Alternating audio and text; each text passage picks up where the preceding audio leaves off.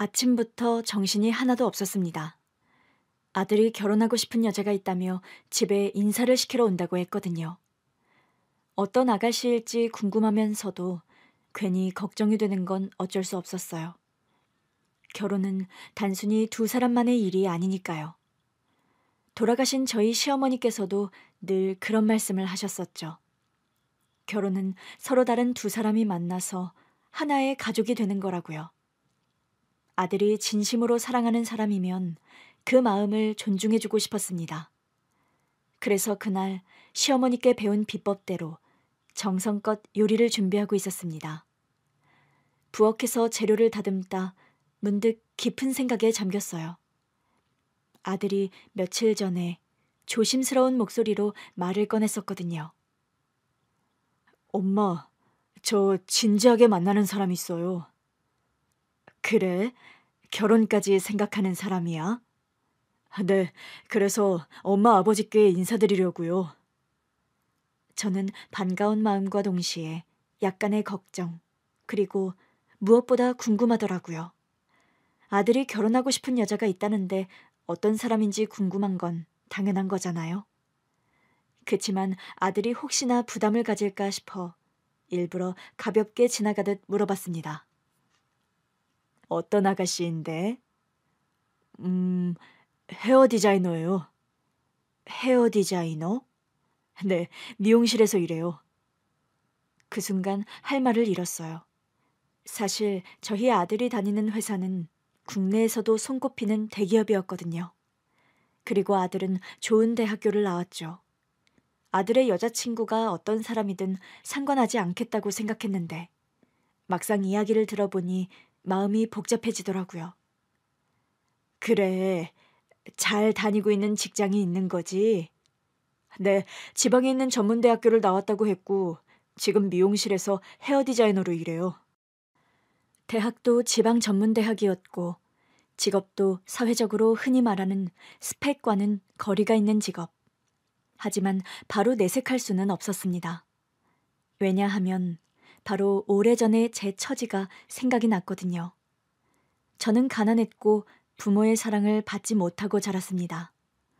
오래전 그런 저를 저희 시어머니께서 품어주셨던 것처럼 저도 편견 없이 아들의 선택을 존중해줘야 하는 게 아닐까 싶었어요. 그래서 별다른 말도 하지 않았고 더 이상 묻지도 않았습니다. 그때 거실에서 남편의 목소리가 들려왔어요. 아, 이 먼지들은 도대체 어디서 나오는 거야? 여보, 청소하는 거예요? 그럼 깨끗하게 해야지. 우리 집에 오는 손님인데. 게다가 성현이가 결혼하고 싶은 아가씨라잖아. 남편은 허리를 펴고 한숨을 내쉬더니 창문을 활짝 열었습니다.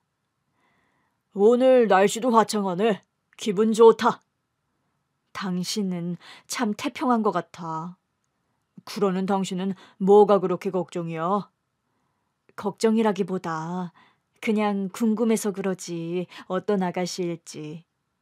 우리 아들이 데려오는 사람이면 다 괜찮지. 당신은 너무 쉽게 생각한다니까. 남편은 웃으며 걸레질을 다시 시작했습니다. 걱정 말고 맛있는 거나 해줘. 음식이 맛있으면 다 잘 풀릴 거야. 맛있는 거 먹으면 기분이 좋잖아. 안 그래? 그 말을 듣고 피식 웃음이 나왔습니다. 어찌 보면 맞는 말 같았거든요. 그렇게 요리를 하는데 시어머니와 함께했던 기억들이 하나둘 떠올랐습니다. 성현애미야, 음식은 말이야. 재료보다 중요한 게 뭔지 아니? 뭘까요, 어머님? 정성이다. 시어머니께서는 정성이 들어간 음식이 가장 맛있는 음식이라고 하셨죠. 그래서 그날 시어머니의 말씀을 떠올리며 정성을 다해 요리를 준비했습니다. 김치전, 나물무침, 갈비찜, 잡채, 그리고 따끈한 미역국까지. 요리를 다 해놓고 보니 정말 정갈하고 맛있어 보였어요. 여보, 이쪽으로 잠깐 와봐. 이 정도면 됐겠죠? 와, 냄새 끝내주네. 우리 아들 그냥 코 박고 먹겠는데. 그런가? 하긴 같이 살 때는 안 그러더니 따로 사니까 그렇게 엄마 밥이 그립다고 그러더라고. 독립시켜서 내보내길 잘한 것 같아. 회사 근처에 방을 얻었으니 출퇴근도 편하고 얼마나 좋아. 당신만 서운하지 성현이는 얼마나 잘 지내는데. 나도 나름 익숙해졌거든요. 당신도 못내 아쉬우면서 안 그런 척 하는 거지? 내가 뭘 아쉬워해. 다 큰 자식 품에 껴안고 키우는 게 더 이상한 거지. 아휴, 알겠어. 당신 말이 다 맞아. 그나저나 여보, 얼른 자리 좀 정리해줘요. 준비가 거의 끝나갈 무렵 아들에게 전화가 걸려왔습니다. 엄마, 저 거의 다 왔어요. 금방 도착해요. 그래, 문 열어줄게. 저는 문 쪽으로 걸어가면서 심호흡을 했어요. 어떤 아가씨일까? 기대 반 걱정 반. 괜히 심장이 두근두근했거든요. 초인종이 울리는 소리가 들렸고 미리 문 앞에 서 있던 저는 곧바로 문을 열어주었습니다. 왔구나. 어서 들어와. 문을 열자 아들과 그의 여자친구가 나란히 서 있었습니다. 아들의 여자친구, 그러니까 예비 며느리는 생각보다 훨씬 화려한 인상이었어요. 헤어 디자이너답게 머리는 정갈하게 스타일링이 되어 있었고 세련된 원피스에 구두까지 깔끔하게 신은 모습이었습니다. 눈매는 또렷했고 입가에는 환한 미소가 떠 있었어요. 엄마, 아버지, 저희 왔어요. 어머니, 안녕하세요. 아들의 여자친구가 밝게 웃으며 상냥한 목소리로 인사를 하더라고요. 예의는 바른 듯 했지만 그 웃음에서 왠지 모를 거리감이 느껴졌어요. 아들이 이 아이한테 반한 이유가 뻔하네. 그런 생각이 들었거든요. 뭐 요즘 말로 얼빠라고 하던가요? 얼굴에 빠진다. 얼굴 예쁜 것만 좋아한다. 그런 말인 것 같은데 우리 아들이 딱 얼빠인 것 같더라고요. 아들은 눈빛부터 다정하게 변해 있었고 그 눈빛에서 여자친구를 향한 애정이 느껴졌습니다. 그래, 어서 와요. 먼 길 오느라 피곤했겠네. 아니에요. 어머니 뵙는다는 생각에 오히려 설렜어요. 아들의 여자친구가 밝게 웃으며 살짝 허리를 숙였고 아들은 그 여자의 허리를 감싸듯 부드럽게 손을 얹었어요. 편하게 생각해. 저는 조용히 그 모습을 바라봤어요. 우리 아들이 많이 좋아하는구나. 그래서인지 더 신중하게 살펴보게 되더라고요. 여자의 손끝, 말투, 행동 하나하나 따져보면 엄청 밝고 활기찬 느낌이었는데 어딘가 부자연스럽게 느껴졌어요. 엄마, 아버지는 어디 계세요? 아버지는 안방에 계셔. 조금만 기다려. 나오시라고 할게. 알겠어요. 저는 안방으로 가서 남편을 불러왔습니다. 반가워요. 어서 들어와요. 아들의 여자친구가 거실 안으로 들어오는 순간 저는 가슴이 묘하게 두근거렸어요. 찰나의 순간 마치 무언가가 흐트러지는 듯한 느낌이 들었거든요. 어머니, 집이 너무 아늑하고 예뻐요. 아들의 여자친구가 환하게 웃으며 말하는 순간 와장창 갑자기 거실벽에 걸어두었던 시어머니의 사진 액자가 바닥으로 떨어졌습니다.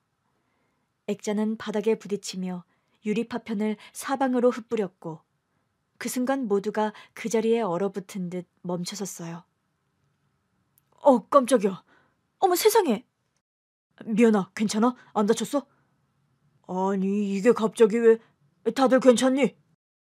거실 바닥에 부딪혀 산산조각난 액자.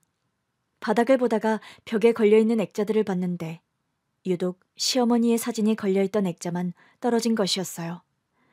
아들은 놀란 듯 여자친구를 살피느라 정신이 없었습니다. 그런데 바닥에 있는 시어머니의 사진을 보는 순간 심장이 덜컥 내려앉는 것 같았어요. 어머님? 아, 그런데 왜지? 왜 어머님의 액자만 갑자기 떨어진 걸까? 뭔가 느낌이 이상해. 혹시 어머님이 뭔가 뜻을 전하신 게 아닐까? 그런 생각이 들었지만 그 자리에서 함부로 말을 꺼낼 수는 없었습니다. 집안에는 정적만이 감돌고 있었어요. 그런데 그때 아들의 여자친구가 갑자기 실없는 듯한 웃음을 지으며 말을 하더라고요. 이거 뭐죠? 귀신이 장난친 건가요? 아들의 여자친구는 일부러 아무렇지 않은 듯 행동하려 했지만 손끝이 살짝 떨리고 있었거든요. 그 모습을 보고 싸한 느낌이 들었습니다. 아니, 그것보다 말하는 게 왜 저런담. 귀신이 장난을 쳤다니. 떨어진 액자 안에 있는 분이 어떤 분인지도 모르면서 무슨 귀신 장난이라는 소리를 저렇게 쉽게 하는 거야. 그 아가씨의 말이 참 거슬리더라고요. 그때 남편이 빗자루와 쓰레받기를 가져와 유리 조각을 치우기 시작했습니다. 갑자기 이게 왜 떨어진 거지? 흔들린 것도 아니었는데. 그러게요. 못이 헐거워진 건 아닐까요? 여보, 손 조심해. 다들 물러나 있어. 다치지 않게 저만치 가 있어. 내가 치울 테니까. 아버지, 제가 치울게요. 놔둬라. 이건 단순한 우연이 아닌 것 같았습니다. 바로 조금 전까지만 해도 그 자리에서 우리를 지켜보시던 시어머니의 사진. 그런데 아들이 결혼하고 싶다는 여자친구를 집에 데려온 바로 그 순간 액자가 떨어진 거잖아요. 저는 조용히 액자 틀을 집어들었어요. 어머님. 액자 속 시어머님은 평소처럼 온화한 미소를 띠고 있었습니다. 그렇지만 왠지 그 눈빛이 저를 향해 무언가를 말하고 있는 것 같았어요. 성현애미야, 정신 차려라. 마치 그런 음성이 들려오는 것만 같았습니다. 그때 아들이 분위기를 바꾸려는 듯 어색하게 웃으며 말했어요. 엄마, 액자 다시 걸어 놓으면 되잖아요. 제가 다음에 집에 올 때 새 액자 사올게요. 일단 밥부터 먹을까요? 유리 조각을 다 치운 남편이 고개를 끄덕이며 말했습니다. 그래, 배고플 텐데 어서들 앉아라. 식사부터 하자고. 하지만 저는 쉽사리 자리를 떠날 수가 없었습니다. 그냥 넘길 수 있는 일이 아닌 것 같았거든요. 분명 시어머니가 우리에게 보내는 신호일지도 모르니까요. 아들의 여자친구는 겉으로는 태연한 척을 했지만 그 모습이 자꾸 마음에 걸렸고 저는 왠지 모르게 이 여자에 대해 더 알아봐야 할 것 같은 느낌이 들었습니다. 어머님, 아들의 여자친구가 집에 방문하기 한 달 전쯤 세상을 떠나신 우리 어머님. 고부 갈등과 시집살이가 만연한 그 시대. 제가 막 시집을 왔을 때니까 거의 30여 년 전. 그 시대에도 저는 시집살이 같은 걸 전혀 모르고 살았습니다. 그게 다 마음이 바다같이 넓고 깊은 우리 어머니 덕분이었어요. 돌이켜 생각해보니 저는 부모 복은 지지리도 없이 태어났는데 하늘도 그걸 불쌍하게 여겼는지 저에게 시댁복을 허락하신 것 같았습니다. 어릴 적 저는 언제나 허기진 배를 움켜쥐고 있었어요. 엄마가 집을 나간 뒤로는 더 그랬습니다. 저희 아버지는 늘 술에 취해 있었거든요. 술에 취한 날이면 방 안 가득 술 냄새가 배었고 바닥에는 어지럽게 널브러진 빈 소주병이 가득했습니다. 경수가 소주 좀 가져와라. 얼른! 가져와서 소주 좀 따라봐라. 저는 아무 말 없이 소주병을 가져와 소주를 잔에 따랐습니다. 아빠는 피곤하다는 듯 한숨을 내쉬며 잔을 입에 가져갔어요. 네 엄마는 대체 어디 가서 뭐 하는 거냐? 그 말에 저는 더 이상 참을 수가 없었습니다. 아빠가 맨날 술 마시고 노름만 하니까 엄마가 떠난 거잖아요. 너 이 집에 그게 무슨 소리야? 어디서 따박따박 말대꾸를 하고 있어? 새파랗게 어린 것이. 엄마는 아빠가 집안 돈 다 날리고도 계속 도박하는 게 싫어서 나간 거야. 맨날 술만 마시고. 아빠는 쓴웃음을 지으며 다시 술잔을 입에 가져갔습니다. 네가 아직 어려서 모르는 게 많구나. 인생이 그렇게 간단한 게 아니야.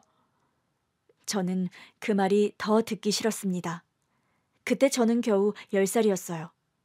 어린아이가 감당하기엔 너무 무거운 현실이었습니다. 9살 때 엄마가 집을 나가던 날, 저는 울면서 엄마의 옷자락을 붙잡았어요. 엄마, 가지 마.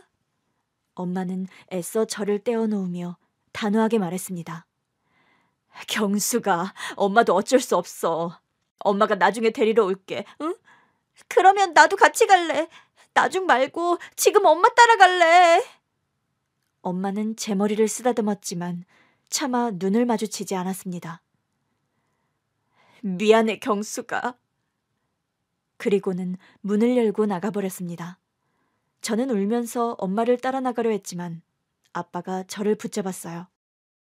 너도 가겠다고? 네 엄마 따라서 너 굶어 죽을래? 저러다 며칠 못 버티고 기어들어올 거니까 두고 봐라. 어디 아주 오기만 해봐. 싹싹 빌어도 내가 문 열어주나? 집 나가면 고생이지. 세상 물정 모르는 옆에 내가 철딱서니가 없어가지고. 엄마가 며칠을 못 버티고 금방 돌아올 거라고 했던 아버지의 말과 달리 엄마는 돌아오지 않았습니다. 저를 데리러 온다고 했기 때문에 그 말을 믿고 집에서 엄마를 기다렸는데 1년이 지나도 엄마는 집에 오질 않았어요. 어느 밤 아버지가 술잔을 기울이며 말을 했습니다. 네 엄마가 결국 날 버렸구나. 나만 버린 게 아니라 너도 버린 거지. 지배로 나온 자식까지 버리다니 매정한 것. 저는 그 말이 이해되지 않았습니다. 엄마가 아빠를 버린 게 아니라 아빠가 엄마를 버린 거잖아요. 하지만 그런 말은 입 밖으로 꺼내지 못했습니다. 그날 이후 집안은 더 황폐해졌어요. 일단 밥을 챙겨줄 사람이 없었습니다. 아빠는 저녁이면 술을 마시러 나갔고 새벽이 되어서야 비틀거리며 돌아왔거든요. 어떤 날은 밤새 집에 들어오지 않는 날도 있었어요. 저는 혼자 남겨진 집에서 아침을 맞이하는 게 익숙해졌습니다. 배가 고프면 찬장을 뒤졌고 가끔씩 쌀이 떨어진 날엔 그냥 물을 마시고 버티기도 했어요. 이웃집 아주머니가 그런 저를 안쓰럽게 여기셨는지 가끔 밥을 가져다 주셨습니다. 경수가 오늘은 아줌마 집에서 밥 먹고 가. 괜찮아요, 아줌마. 괜찮긴 뭐가 괜찮아. 너 혼자 있는 거 다 아는데. 하지만 밥 냄새를 맡자 참을 수가 없더라고요. 그렇게 이웃집에서 밥을 얻어먹던 날들이 많았습니다.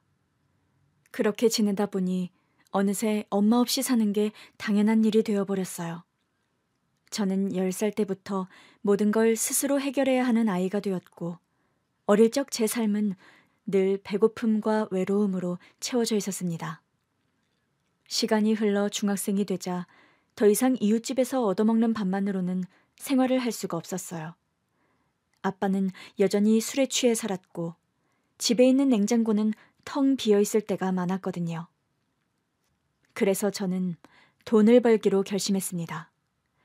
학교 수업이 끝나면 곧바로 시장으로 달려갔는데 다행스럽게도 시장 골목에 있는 작은 식당에서 설거지 일을 하게 된 덕분이었지요.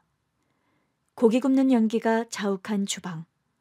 덥고 좁은 공간에서 끊임없이 설거지를 해야 했어요. 안녕하세요, 사장님. 경숙이 왔어. 오늘도 손님 많으니까 정신 바짝 차려야 해. 네. 물에 부른 손을 보며 한숨을 쉬는 날도 많았지만 돈을 벌어야 했습니다. 그렇게 번 돈으로는 쌀과 김치, 라면을 사 먹었고 어떤 날은 아빠의 술값을 대기도 했습니다. 고등학생이 되고 나서도 생활은 크게 나아지지 않았고 오히려 더 힘들어졌어요. 아버지가 점점 더 많은 돈을 요구했거든요. 경수가 돈 좀 있냐? 없어요. 거짓말 치지 마라. 너 식당에서 일하면서 돈 모으는 거 다 안다. 아빠, 그 돈은 제가 학교 다니는데 써야 해요. 학교? 에이, 그런 거 다 소용없어. 너 빨리 취직해서 돈이나 벌어. 저는 아버지의 말을 무시하고 고개를 돌렸습니다. 그렇게 밤늦게까지 일하고 새벽에 일어나 등교하는 생활이 반복됐고 그러다 집을 떠나야겠다는 생각을 하게 됐습니다. 아빠의 술주정과 돈 요구가 심해질 대로 심해진 어느 날, 더 이상 이대로 살면 안 되겠다는 생각이 들었어요. 그날 밤 아버지가 술을 마시러 나간 사이 저는 몰래 작은 가방에 짐을 쌌어요. 옷 몇 벌만 챙기면 돼. 그리고 그동안 모은 돈도. 손이 바쁘게 움직였어요. 가방을 조용히 문 뒤에 숨겨놓고 새벽 첫 차를 타고 도망치려고 했습니다. 그런데 제 계획은 그날 밤 바로 들통나고 말았어요. 술에 취해 들어온 아버지가 우연히 문 뒤에 숨겨둔 가방을 발견한 거예요. 이게 뭐야? 그 목소리를 듣는 순간 저는 심장이 덜컥 내려앉았습니다. 경수가, 이건 네 짐이냐? 저는 아무 말도 못했어요. 그러자 아빠가 한 발짝 다가오더니 제 머리끄댕이를 거칠게 잡아 올렸습니다. 도망치려고 했냐, 이 계집애가? 아빠, 나요! 어디 감히 내 허락도 없이 집을 나가? 너 하는 짓이 꼭 네 엄마 같구나. 내가 그걸 가만히 두고 볼 것 같아. 그때 아버지의 손에 들려있던 것은 부엌가위였습니다. 그래, 아주 잘됐다. 너 아주 밖에 싸돌아다니지 못하게 머리카락 다 잘라버리면 되겠네. 저는 공포에 질려 머리를 감싸 안았습니다. 아버지, 제발 그러지 마요. 이런 못된 꿍꿍이를 꾸민 것에 대한 대가를 치러야지. 머리카락 다 자르면 밖에 못 나가요. 돈도 못 벌어와요. 그 말을 듣자마자 아버지가 움찔했습니다. 뭐? 아버지도 알잖아요. 제가 벌어오는 돈으로 밥 먹고 술 사잖아요. 머리카락 잘리면 일 못해요. 아버지는 취한 눈으로 저를 노려보더니 천천히 가위를 내려놓았습니다. 네가 벌어오는 돈 없으면 나 굶어 죽는 거 알지? 저는 울면서 고개를 끄덕였고 그렇게 간신히 머리카락을 지킬 수 있었습니다. 하지만 그 순간 저는 확실히 깨달았어요. 이 집에서 벗어나려면 더 철저히 준비해야 한다고요. 그리고 그로부터 2년이 지났습니다. 고등학교를 졸업하고 20살이 된 저는 이번에는 완벽하게 계획을 짰어요. 아버지가 없는 날 필요한 것만 챙겨 가방을 둘러매고 문을 나섰거든요. 절대로 붙잡히지 않을 거야. 그날 저는 한 번도 뒤를 돌아보지 않고 그대로 집을 떠났습니다. 그렇게 20살이 되던 해, 저는 집을 떠나 다른 지역으로 갔는데 처음에는 막막했어요. 가진 거라곤 모은 돈 몇십만 원과 작은 가방 하나뿐이었거든요. 하지만 돌아갈 곳이 없었기 때문에 오직 앞으로 나아가는 것만 생각했습니다. 작은 지하방을 구한 뒤 공장에서 일하며 생활비를 벌었어요. 공장 일을 하면서 혼자 먹고 살 수 있을 만큼 돈을 벌었지만 그때 들었던 생각은 평생 몸을 쓰는 일만 하면서 살 수 없다는 거였습니다. 자격증을 따야 해. 그래야 제대로 된 직장을 가질 수 있어. 그렇게 생각한 저는 격리 자격증을 따기로 결심했습니다. 낮에는 공장에서 일하고 밤에는 책을 펼쳤어요. 너무 피곤해서 책상에 엎드려 졸 때도 많았지만 포기하고 싶지 않았습니다. 그리고 1년 후 저는 결국 격리 자격증을 따게 되었고 그 덕분에 작은 사무실에 취직할 수 있었습니다. 첫 출근 날 단정한 옷을 입고 출근길 버스를 타면서 얼마나 가슴이 뛰었는지 몰라요. 이제야 삶이 조금씩 자리 잡는 것 같았거든요. 그렇게 격리로 몇 년을 바쁘게 일을 하면서 지내던 어느 날 사무실에서 중요한 손님이 찾아왔습니다. 경숙 씨, 저쪽 거래처에서 온 김 대리님이야. 안내 좀 부탁해. 네, 안녕하세요. 그때 그 남자를 처음 보게 되었어요. 깔끔한 셔츠에 단정한 머리, 부드러운 미소를 짓고 있던 사람. 바로 제 남편이었죠. 안녕하세요. 저는 땡땡무역의 김상우입니다. 네, 반갑습니다. 이쪽으로 앉으세요. 경숙 씨, 여기 커피 2잔 부탁해. 네, 알겠습니다. 그렇게 첫 만남이 시작되었고 일 때문에 몇 번 더 마주치면서 우리는 자연스럽게 가까워졌습니다. 처음엔 단순히 거래처 직원, 격리 정도로 지냈거든요. 그런데 어느 날 일이 끝난 뒤 남편이 말을 걸었습니다. 경수 씨, 저녁은 드셨어요? 아니요, 이제 가서 먹으려고요. 저도 아직인데 같이 드실래요? 우리는 퇴근 후 함께 밥을 먹게 되었고 그날부터 자연스럽게 연락을 주고받게 되었습니다. 남편은 성실하고 배려심이 많은 사람이었어요. 다른 것보다 정말 성품이 너무 훌륭한 사람이었고 외롭게 생활하던 저에게 큰 의지가 되었습니다. 그렇게 예쁜 만남을 이어온 지 2년이 지난 어느 날 남편이 진지한 얼굴로 말을 꺼냈어요. 경숙 씨, 우리 이제 결혼하는 거 어때요? 결혼이요? 갑작스러운 말에 저는 놀랄 수밖에 없었어요. 우리 이제 만난 지 2년이나 됐잖아요. 더 이상 미룰 필요가 없을 것 같아요. 저는 한동안 말없이 그를 바라봤어요. 너무나도 다정하고 믿음직한 사람이었지만 마음 한구석이 불안했습니다. 나는 부모도 없고 제대로 된 집안에서 자란 사람이 아닌데. 상우 씨, 나는 부모님이 안 계세요. 그러니까 정확히는 부모님이 어디서 어떻게 지내는지를 몰라요. 예전에 말했듯이 어렸을 때 엄마가 집을 나가셨고 20살 때 저 역시 집을 나와서 이제껏 혼자 힘으로 살아왔어요. 알아요. 그러니까 집안 사정이 정말 좋지 않아서 나는 결혼 같은 걸 생각해 본 적이 없는데. 상관없어요. 나는 경숙 씨가 좋으니까. 남편은 결혼에 대한 굳건한 의지가 있었고 남편이 적극적으로 일을 추진해서 남편의 부모님을 뵙기로 했습니다. 그날 엄청 긴장된 마음으로 남편의 집에 인사를 드리러 갔거든요. 남편과 함께 초인종을 누르고 기다리는데 따뜻한 미소를 지닌 시어머니가 문을 열어주셨습니다. 어머나 반가워요. 경숙양 맞죠? 들어와요. 네, 안녕하세요. 우리 상우가 그렇게 자랑을 하더라고요. 저는 어색하게 웃으며 집 안으로 들어갔는데 거실에는 남편의 아버지도 앉아 계셨습니다. 반갑소. 많이 긴장한 것 같은데 편하게 있어요. 네, 감사합니다. 어머니, 아버지, 경숙 씨와 저는 결혼을 진지하게 생각하고 있어요. 남편이 그렇게 말을 꺼내자마자 저는 시부모님의 반응을 살폈거든요. 그런데 그때 시어머니께서 제 손을 따뜻하게 잡아주셨습니다. 나는 우리 상우가 좋은 사람 만난 것 같아서 참 기뻐요. 저 같은 사람이 괜찮을까요? 무슨 그런 말을 해요. 사람의 가치는 집안이 아니라 그 사람 자체에 있는 거예요. 그 말에 저는 순간 울컥했고 시댁의 도움을 받아 우리는 결혼을 하게 되었습니다.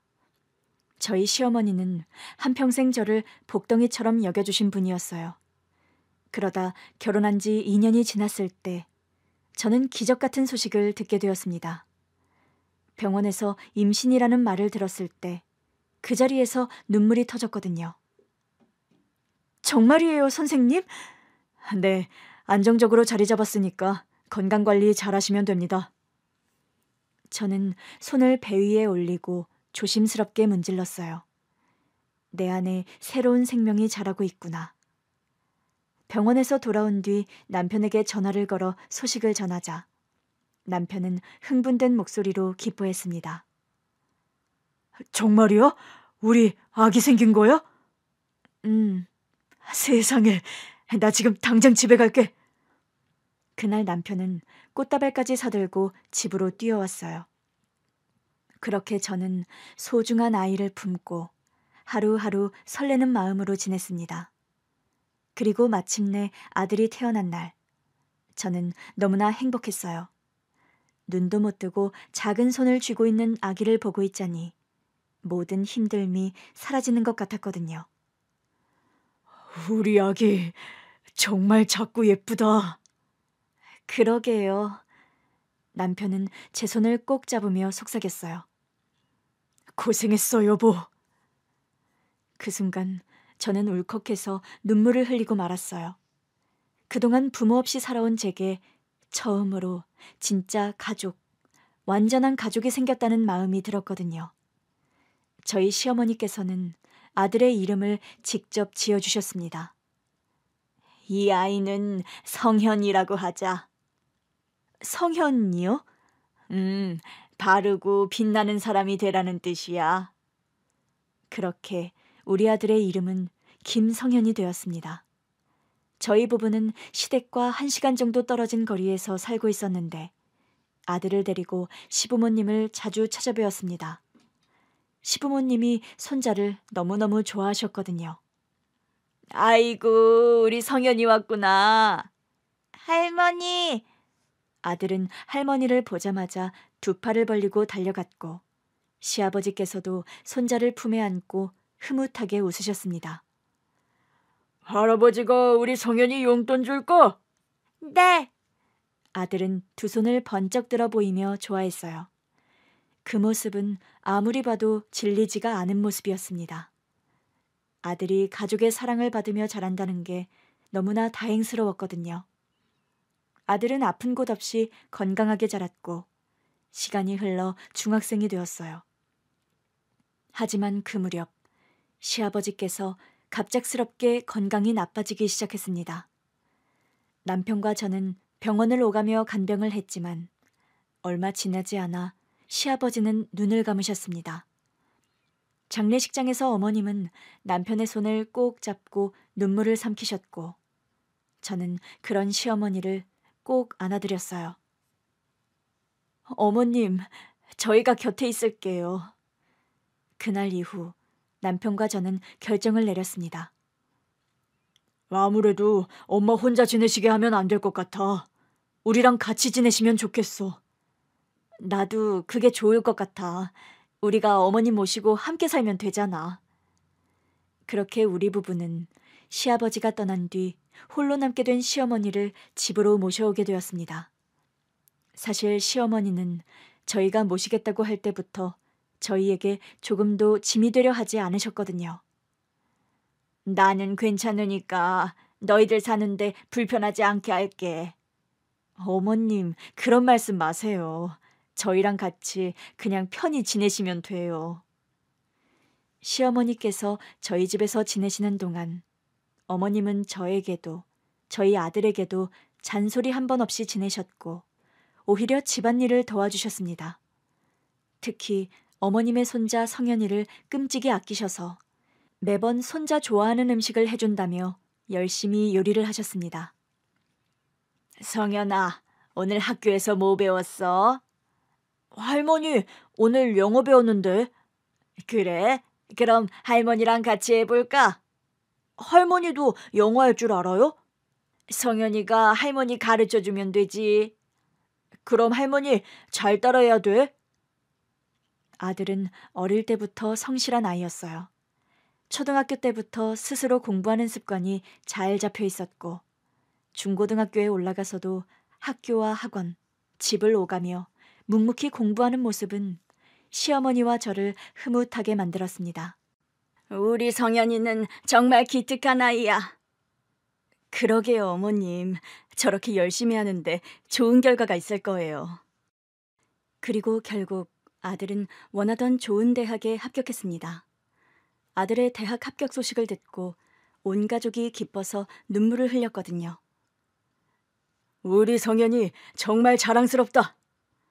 아버지, 어머니, 할머니, 저 이제 열심히 할게요. 감사합니다. 다 할머니랑 엄마, 아버지 덕분이에요. 그날 밤 시어머니께서는 한동안 잠든 아들을 바라보시더니 저에게 다가와 조용히 봉투 하나를 내밀었습니다. 성현의 미야, 이거 내가 그동안 모아둔 돈이다. 성현이 등록금에 보태 써라. 어머님, 이건... 안 받겠다는 소리 하지 마라. 성현이 대학 갈 거 생각하며 모아둔 돈이다. 저는 눈시울을 붉히며 시어머니께 고개를 숙였어요. 감사합니다, 어머님. 감사해요. 아들은 대학에 진학했고 어려움 없이 학업에 집중할 수 있었습니다. 그러다 시간이 흘러 아들이 군대에 가게 되었어요. 아들이 훈련소에 입소하는 날, 우리 가족은 다 같이 아들을 배웅하러 갔습니다. 성현아, 밥 잘 챙겨 먹어야 한다. 할머니, 걱정 마세요. 건강하게 다녀올게요. 남자는 군대 가면 철든다더라. 한층 더 듬직해져서 돌아오겠지. 어디 아프지 말고 몸 건강하게만 다녀와. 아들은 씩씩하게 웃으며 격려를 했어요. 네, 다녀오겠습니다. 우리는 멀어지는 아들의 뒷모습을 바라보며 손을 흔들었습니다. 그리고 군대에 있는 동안 아들은 집으로 편지를 자주 보냈습니다. 저는 아들에게 온 편지를 시어머니께 읽어드리곤 했어요. 어머님, 성현이가 편지를 보냈어요. 그래? 어서 읽어봐라. 할머니, 잘 지내세요? 저 성현이에요. 군대에 오니까 집에서 할머니가 차려주신 밥이 너무 그리워요. 여기 밥은 정말 맛이 없어요. 할머니가 해주신 된장국이 먹고 싶어요. 훈련은 힘들지만 할머니 말씀처럼 꾹 참고 열심히 하고 있어요. 할머니, 저 건강하게 잘 지낼 테니까 너무 걱정하지 마세요. 저 휴가 나오면 꼭 할머니랑 같이 마트도 가고 할머니가 좋아하는 붕어빵도 사올게요. 할머니, 사랑해요. 성현 올림. 편지를 다 읽자 시어머니는 눈물을 닦으며 웃으셨어요. 우리 성현이가 참 기특한 놈이야. 그러게요, 어머님. 성현이가 다 컸어요. 저희 아들은 군대에서 건강하게 생활했고 제대 후 다시 대학으로 복학을 했습니다. 아들은 성실하게 대학 생활을 마친 뒤 졸업하고 대기업에 취업하는 기쁨까지 안겨줬어요. 성현이가 좋은 회사에 들어갔다고? 네, 어머님. 다 어머님 덕분이에요. 아니다. 내 덕이 아니라 성현이 노력이었다. 저희 시어머니는 손자를 너무나 자랑스러워 하셨습니다. 아들은 직장에 잘 적응하며 바쁘게 지냈어요. 회사에서 인정받으며 차근차근 성장하는 모습을 보니 저는 물론 시어머니도 무척 뿌듯해 하셨습니다. 우리 성현이가 어릴 때부터 야물더니 잘 컸다. 잘 컸어. 어머님 덕분이에요. 어머님께서 사랑으로 키워주셨잖아요. 아니다. 애미가 고생했지. 그래도 어려서부터 뭐든 혼자 척척하던 애라 걱정이 없었다만 이렇게 훌륭하게 자라주었으니 그저 감사할 뿐이지. 한결같이 가족들을 사랑으로 품어주신 시어머니께 항상 감사한 마음이었습니다. 하지만 시간이 흐르면서 시어머니의 건강이 눈에 띄게 약해지기 시작했어요. 90세가 넘으면서 거동이 불편해졌고 예전처럼 부엌에 나와 음식을 하거나 마당을 오가시던 모습도 점점 줄어들었거든요. 어느 날 아침부터 일어나지 않으시는 시어머니를 보고 걱정이 되어 방으로 들어갔어요. 어머님, 아직 주무세요? 그냥 몸이 좀 무겁다. 시어머니의 손을 잡아보니 예전보다 더 야위어 있었습니다. 그날 이후 저는 시어머니를 돌보는 시간이 많아졌어요. 그러던 어느 날 남편과 아들이 조심스럽게 말을 꺼냈어요. 어머님 건강이 갈수록 안 좋아지시는데 요양원에 모시는 게 어떨까? 엄마, 저도 요양원이 나쁘지 않은 것 같아요. 간호사분들도 계시고 시설도 잘 되어 있고. 하지만 저는 단호했습니다. 아니에요. 어머님을 요양원에 모실 순 없어. 당신이 힘들잖아. 힘들어도 괜찮아.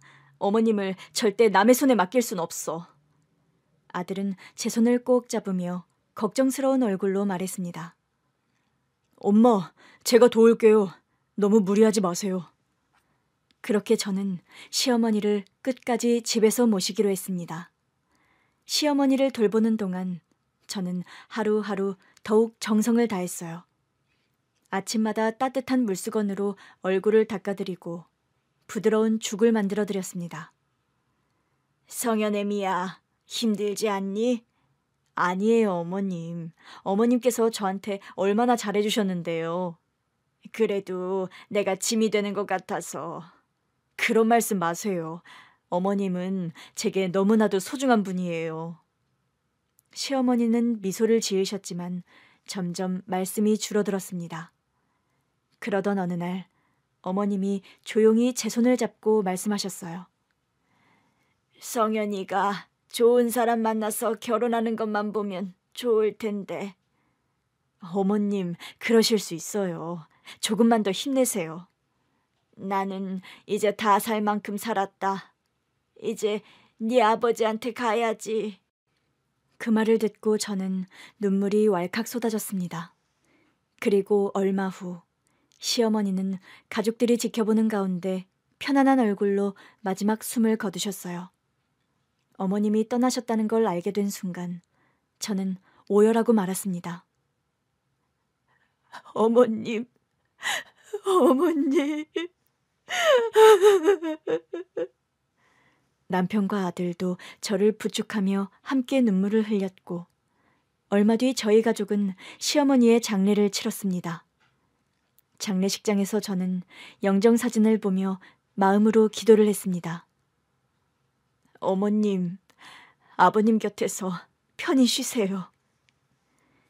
장례를 마친 후 시어머니는 시아버지 곁에 모셔졌습니다. 사실 그때 아들은 만나고 있는 아가씨가 있었거든요. 나중에 아들한테 할머니께서 떠나시기 전에 손자가 좋은 사람 만나서 결혼하는 거 못 봐서 아쉽다는 말씀을 하셨었다고 하니까 아들도 그제야 아쉬워하더라고요. 조금 더 빨리 결정을 했더라면 할머니한테 보여드렸다면 좋아하셨을 거라면서요. 아들과 그런 대화를 하고 3주 정도 지났을 때 아들이 결혼할 여자를 집에 데려오겠다 이야기를 한 거였습니다. 그렇게 부모복 없는 나를 불쌍히 여겨 한평생 싫은 소리 안 하던 시어머님이 돌아가신 지 한 달 후 아들이 며느리감이라고 여자를 데리고 왔는데 어머니 안녕하세요 호호. 그 순간 거실벽에 걸려있는 시모 사진 액자가 이유 없이 떨어져 와장창 소리가 나는 순간 역대급 반전이 일어났는데 거실벽에 걸려있던 시어머니의 사진 액자가 바닥으로 떨어진 순간 저는 심장이 철렁 내려앉았어요. 와장창 유리 파편이 사방으로 흩어졌고 모두가 순간 얼어붙어 버렸죠. 이거 뭐죠? 귀신이 장난이라도 친 건가요? 순간 시어머니께서 저에게 경고하시는 것만 같았습니다. 성현애미야, 정신 차려라. 머릿속에서 시어머니의 목소리가 들리는 듯 했고 저는 말없이 어머님의 사진을 조심스럽게 들어올렸습니다. 어머님. 사진 속 시어머니는 여전히 온화한 미소를 짓고 계셨지만 그 눈빛이 마치 저에게 이 아이를 더 자세히 살펴보라고 말하는 듯 했습니다. 정성껏 준비한 음식을 함께 먹고 후식을 먹은 뒤 아들의 여자친구는 돌아갔습니다. 하지만 그날 밤 저는 잠을 이루지 못했어요. 단순한 우연이 아닐지도 모른다는 생각이 들었고 저는 예비 며느리에 대해 알아보기로 했습니다. 다음 날 저는 탐정사무소를 찾기로 결심했어요. 이런 일을 해본 적이 없었기에 사설 조사기관을 찾는 것 자체가 조심스러웠거든요. 하지만 아들의 인생에 걸린 문제일 수도 있기에 그냥 넘길 수 없었습니다. 인터넷에서 신뢰할 만한 탐정사무소를 찾아보며 후기를 꼼꼼히 읽었고 그중 한 곳을 선택해 전화를 걸었습니다. 네, 탐정사무소입니다. 무엇을 도와드릴까요? 사람에 대한 조사를 의뢰하고 싶어요. 네, 상대방이 어떤 분이신가요? 제 아들이 결혼하려는 여자에 대해 조금 더 알아보고 싶습니다. 특별히 의심 가는 부분이 있으신가요? 네, 뭔가 꺼림칙한데 확실한 건 아니에요. 알겠습니다. 기본적인 신상 정보를 알려주시면 저희가 조사해보고 연락드리겠습니다. 저는 예비 며느리의 이름과 직장 등 알고 있는 정보를 차근차근 전달했습니다. 그리고 2주 뒤 탐정사무소에서 연락이 왔어요. 고객님, 조사 결과가 나왔습니다. 네, 어떤가요? 말씀드리기 조심스럽지만 고객님의 아드님과 교제 중인 여성분 이미 결혼한 기록이 있습니다. 그 말에 저는 핸드폰을 꽉 쥐었습니다. 뭐라고요? 혼인신고된 기록이 남아 있습니다. 그리고 1년 전에 이혼신고도 되어 있네요. 그럼 이혼한 상태라는 거죠? 그런데 이상한 점이 있습니다. 상대 남성과 여전히 같은 주소지로 등록되어 있거든요. 순간 등골이 서늘해졌습니다. 일반적으로 이혼을 하면 주소를 따로 정리하는 경우가 많습니다. 그런데 아직 같은 주소지에 남아있다는 건 위장 이혼일 가능성이 있다는 거네요. 네, 그렇게 의심될 만한 정황이 있습니다. 저는 핸드폰을 손에 꼭 쥔 채 조용히 숨을 들이마셨다 내쉬었어요. 그 사람과 아직도 같이 살고 있는 건가요? 그건 확실하지 않지만 경제적인 관계가 정리되지 않은 기록이 있습니다. 예를 들면 공동명의로 된 재산이나 계좌 등이 그대로 유지되고 있더군요. 도대체 무슨 생각이지? 같이 사는 남자가 있으면서 왜 우리 아들이랑 결혼을? 온몸에서 소름이 돋는 것 같았습니다. 만약 이 사실을 모른 채 아들이 결혼을 진행했다면 정말 큰일이잖아요. 증거자료 같은 건 받을 수 있을까요? 네, 조사한 기록과 함께 공식 문서로 정리해서 전달해드리겠습니다. 추가로 필요하시면 아직 그 남자와 동거 중인지도 알아봐드릴 수 있습니다. 그것도 부탁드릴게요. 전화를 끊고 나서도 저는 한동안 멍하니 서 있었습니다. 예비 며느리가 위장 이혼을 하고 아들에게 접근했다는 사실이 믿기지 않았거든요. 그런데 시간이 지나자 뭔가 명확해지더라고요. 어머님이 내게 신호를 주신 게 맞았어. 떨어진 사진 액자가 마치 시어머니께서 저에게 잘 살펴보라고 말하는 것 같았는데 그게 맞았던 거였습니다. 탐정에게서 받은 첫 번째 결과만으로도 저는 충격을 받았지만 아직 확실한 증거가 부족했습니다. 정말로 그 여자가 아직도 전 남편과 함께 살고 있는 걸까? 단순한 행정처리 미비일 수도 있고 주소지만 남아있을 수도 있는 거니까요. 하지만 제 마음속에서는 이미 시어머니가 경고해 주신 것 같은 느낌이 들었습니다. 성현애미야, 확실하게 알아봐라. 그 목소리가 계속 귓가에 맴도는 것 같았고 저는 결국 탐정사무소에 다시 연락을 했어요. 추가로 조사 의뢰하고 싶습니다. 어떤 부분을 더 확인해 드릴까요? 그 여자가 정말로 전 남편과 함께 살고 있는지 직접 확인할 수 있을까요? 그렇다면 거주지 확인과 함께 사진 증거를 확보해 보겠습니다. 그리고 며칠 후 탐정에게서 다시 연락이 왔습니다. 고객님, 예상하셨던 대로입니다. 무슨 말씀이세요? 그 여자는 여전히 전 남편과 동거 중이었습니다. 그게 확실한가요? 네, 저희가 몇 차례 확인한 결과 두 사람이 같은 집에서 함께 들어가고 나오는 모습이 촬영되었습니다. 탐정이 보내온 사진을 확인하는 순간 저는 더 이상 부정할 수 없었습니다. 사진 속에서 그 여자는 다른 남자와 다정하게 걸어가고 있었거든요. 집 앞에서 대화를 나누다가 웃으며 같은 집으로 들어가는 모습이 선명하게 찍혀 있었어요. 그리고 며칠 후 다시 찍힌 사진에서도 그들은 한 집에서 함께 나오고 있었습니다. 저는 핸드폰을 꼭 쥔 채 숨을 크게 내쉬었어요. 이 사실을 아들에게 말해야 했기 때문이었죠. 저는 집으로 아들을 부른 뒤 천천히 입을 열었습니다. 성현아, 엄마가 너한테 꼭 해야 할 말이 있어. 네, 엄마. 무슨 일이에요? 저는 한참을 망설이다가 핸드폰을 열어 탐정이 보내온 사진을 보여줬어요. 이거 네 여자친구에 대한 거야. 아들은 처음에는 의아한 표정을 지었어요. 그러나 사진을 한 장 한 장 넘겨보는데 점점 표정이 굳어졌습니다. 이게 뭐예요? 너한테 미리 말을 안 해서 미안해. 엄마가 그러면 안 되는 건데 지난번에 우리 집에 인사 다녀간 다음 너무 이상한 느낌이 들어서 네 여자친구에 대해 좀 더 알아봤거든. 그 아이 위장 이혼한 거였어. 그리고 아직도 전 남편과 같이 살고 있더라. 아들은 믿을 수 없다는 표정을 지으며 머리를 감쌌습니다. 그럴 리가 없어요, 엄마. 이거 잘못된 정보일 수도 있잖아요. 나도 그러길 바랐어.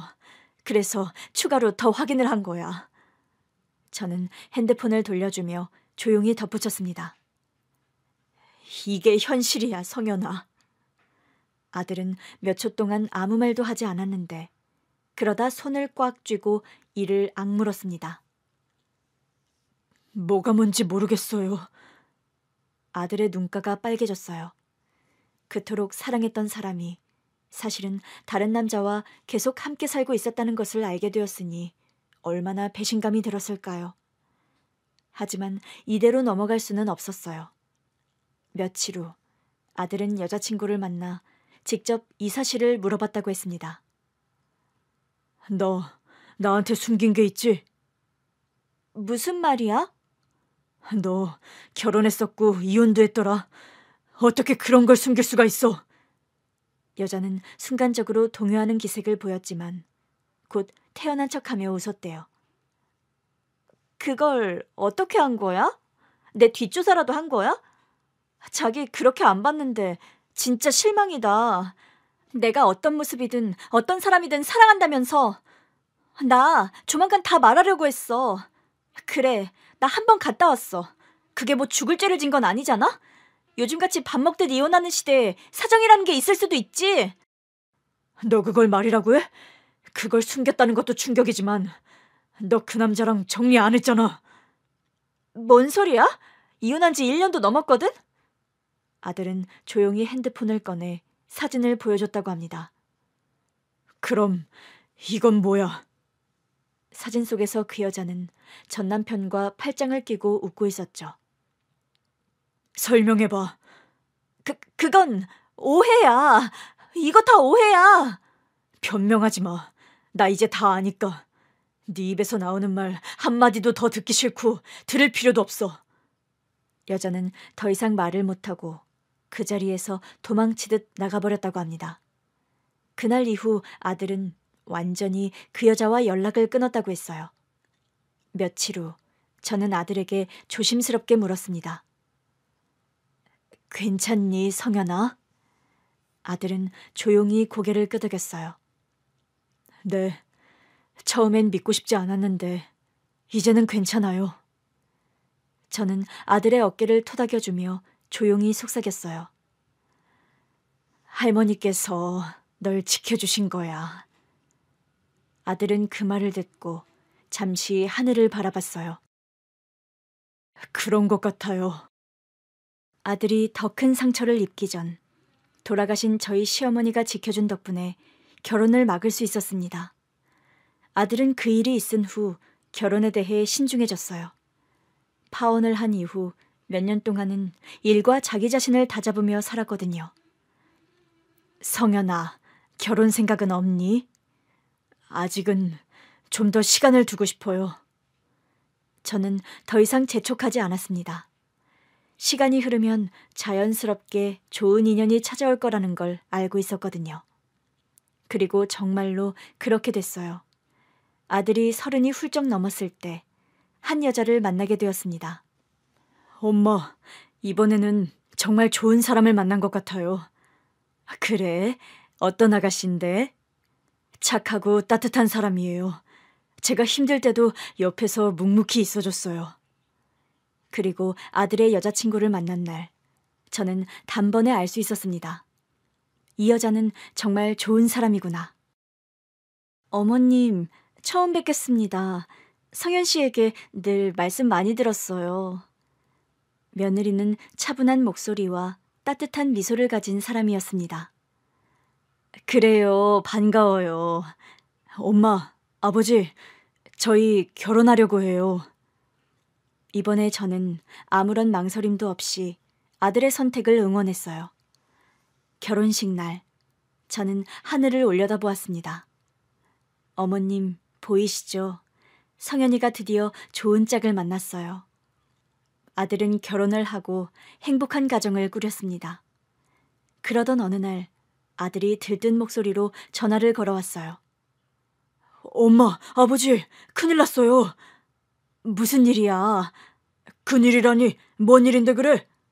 쌍둥이에요. 우리 아기들 쌍둥이라고요. 그 말을 듣는 순간 눈물이 핑 돌았습니다.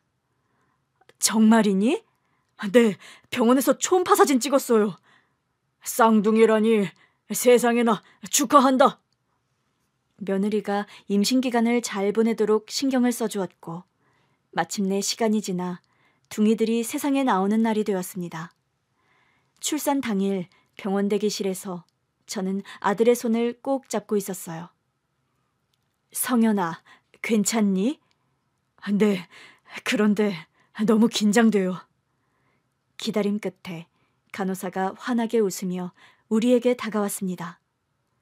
축하드립니다. 산모도 건강하고 아기들도 모두 건강해요. 아들은 그 자리에서 주저앉아 울음을 터뜨렸어요. 감사합니다. 감사합니다. 그렇게 저희 가족에게 쌍둥이가 찾아왔습니다. 둥이들을 품에 안았는데 우리 아들을 처음 안았을 때 느꼈던 그 감격이 다시 떠올랐어요. 어머님, 증손주들이 태어났어요.